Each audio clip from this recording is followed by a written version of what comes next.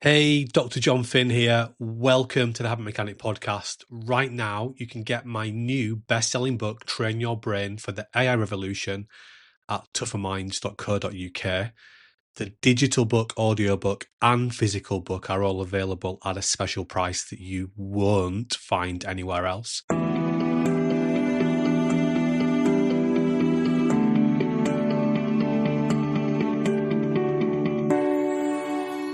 In this episode of the Tougher Minds podcast, we're talking about inventor and Silicon Valley entrepreneur Elon Musk.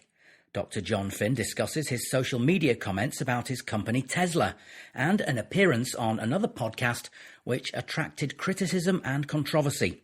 Both these incidents shed some light on Elon Musk's demanding lifestyle, and Jon explained what we can learn to benefit us in our own lives.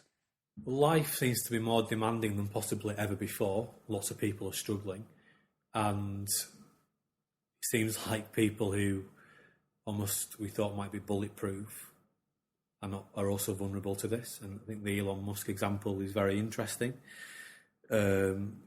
Extremely high-performing guy. I think he's reportedly worth $19 billion, doing lots of groundbreaking work, but clearly not thinking as cleverly as he might. And I think that he's been saying that he's been in the factory for maybe 3 to 4 days at a time.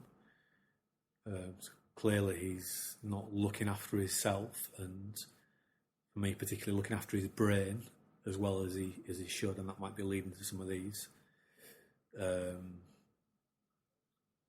negative press stories that are kind of circulating about him. So explain to me, you said something very interesting then. He might not be looking after his brain. How might a demanding, time-consuming personal schedule with lots of work and no rest significantly, how might that hamper him from looking after his brain?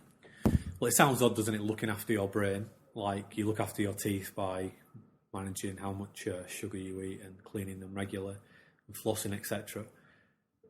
Our brain is invisible to us, we can't see it, but it ultimately runs everything that we do.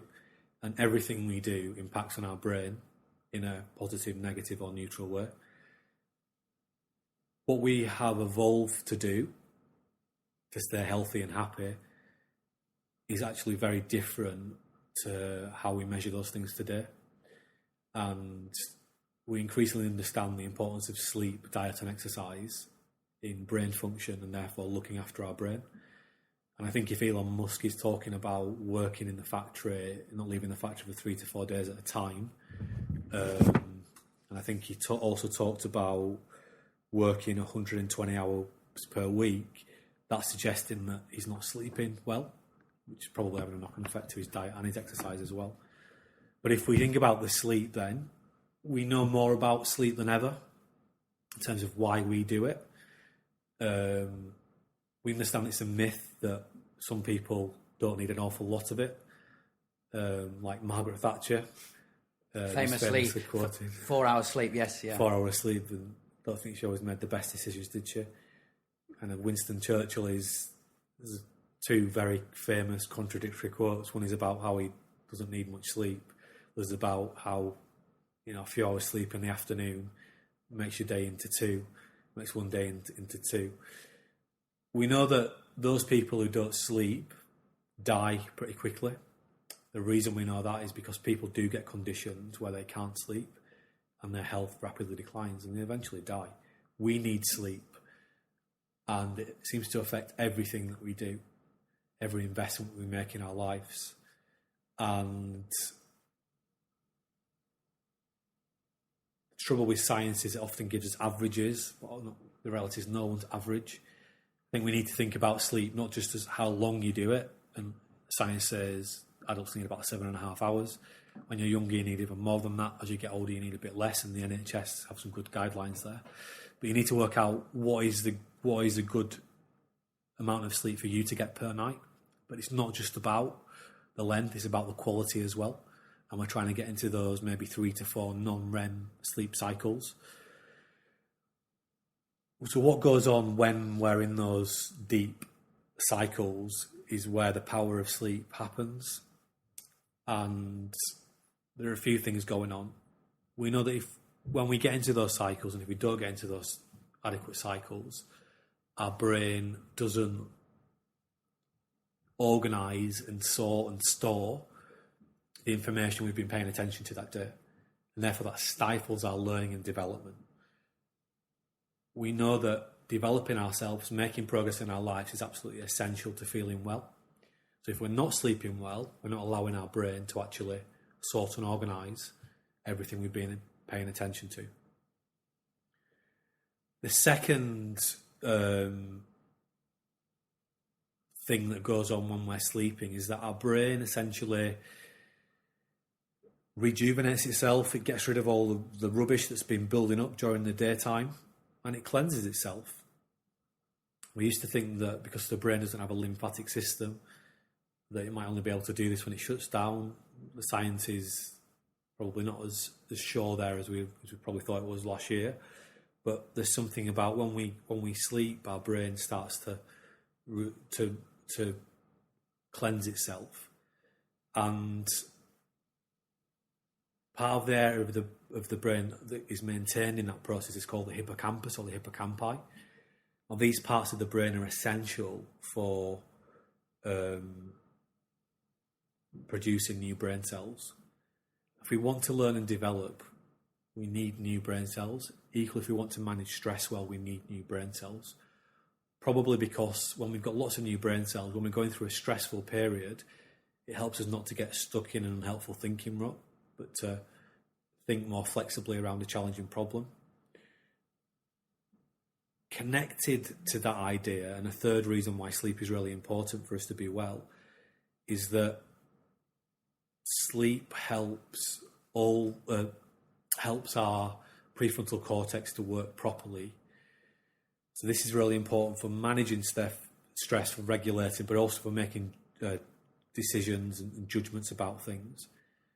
It seems that when we don't sleep properly, the part of our brain that we use to regulate ourselves, it doesn't work properly, and we get this thing called functional impairment of the prefrontal cortex.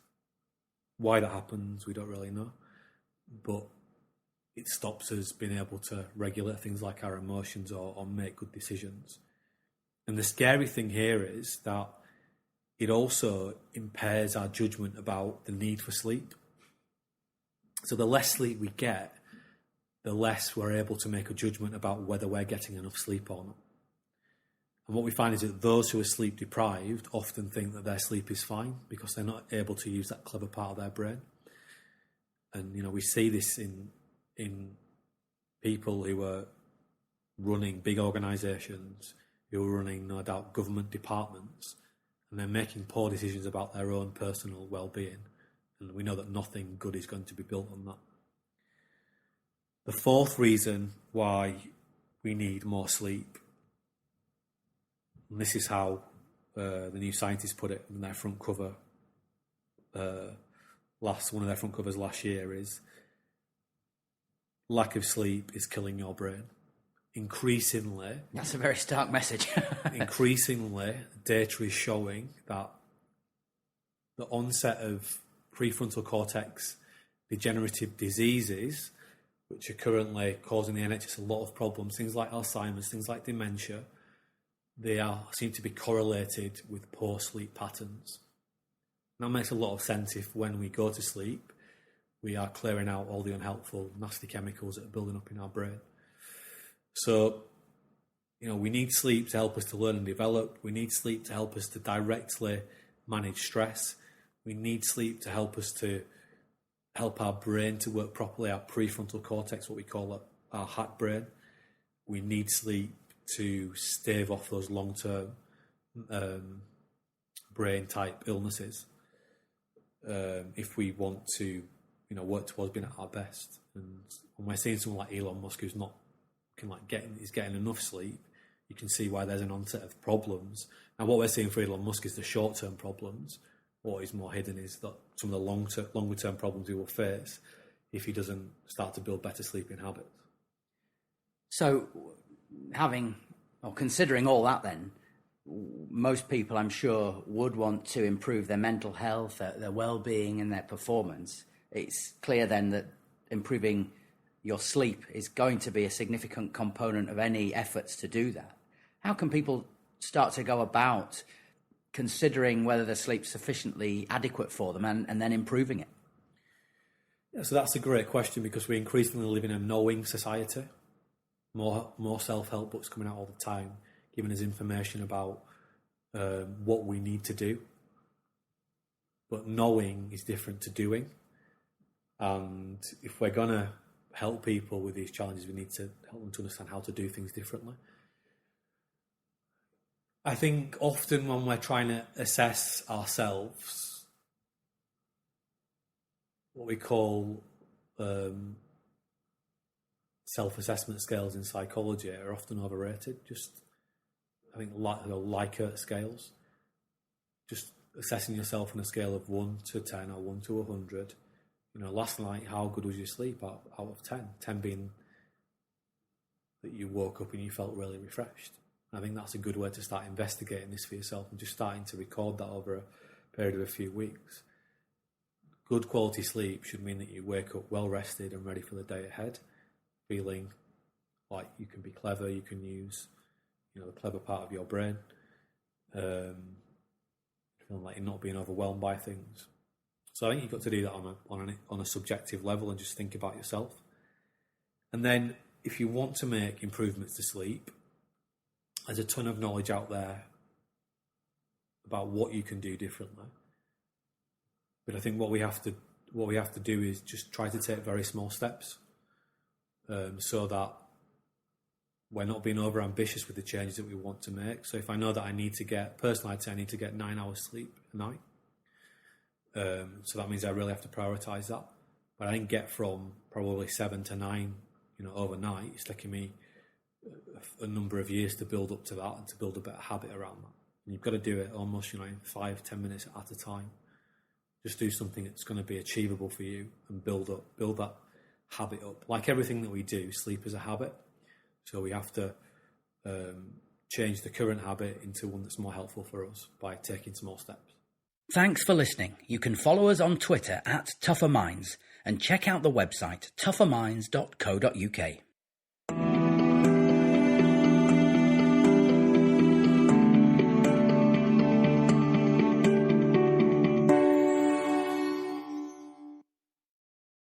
Thanks for listening to the Habit Mechanic podcast. If you liked it, please subscribe and tell someone else about one of the ideas or insights that you found most interesting.